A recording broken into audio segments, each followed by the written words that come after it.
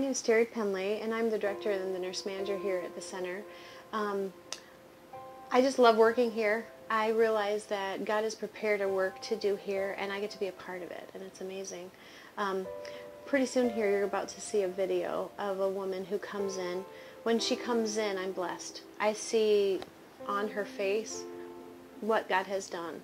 It amazes me. She brings her daughter and this baby, and seeing them, every time they leave, it seems that I'm in tears because I see the greatness of God. I see the work that He's allowed us to do here.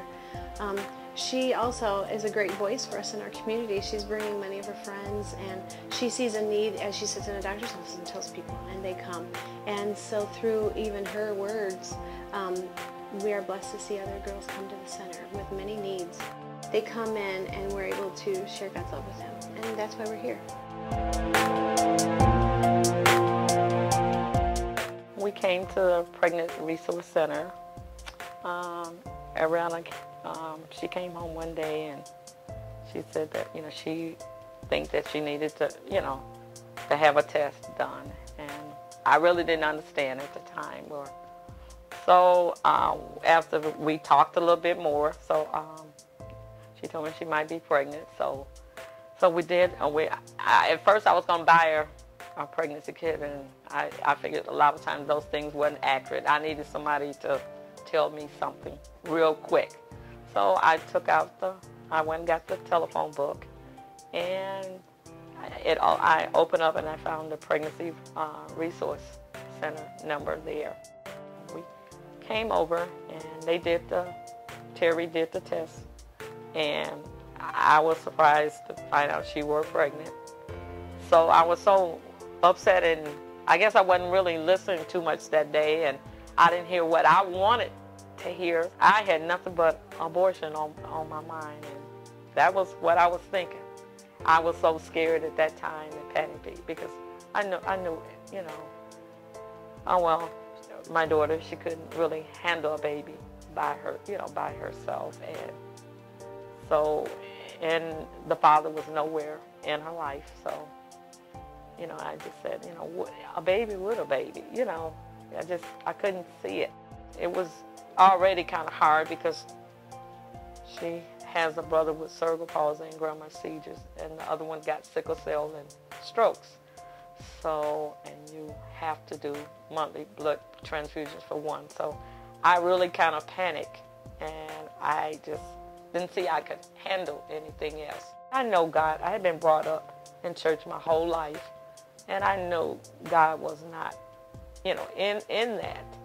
But I guess at that time, I couldn't see, anything else, because I just felt like her whole life was, mostly it was going to be over. But I found out later on, and, we had supports and people, that, we came here and we had prayer and stuff, that it was another way. When I did go up north and find out she were too far along to really do abortion anyway, and even though I knew it was wrong, and I should have never thought that way in the beginning, but thank God that God is a forgiving God. He's a just God. There's nobody like Him. The more and more, the closer we got, it's just like God has started talking. How can you get rid of this little poor little innocent baby? So then I started asking my daughter, did she want to keep the baby, or what she wanted to do. And then one day she said, I would like to keep her, but I wouldn't really be able to keep her, by myself. So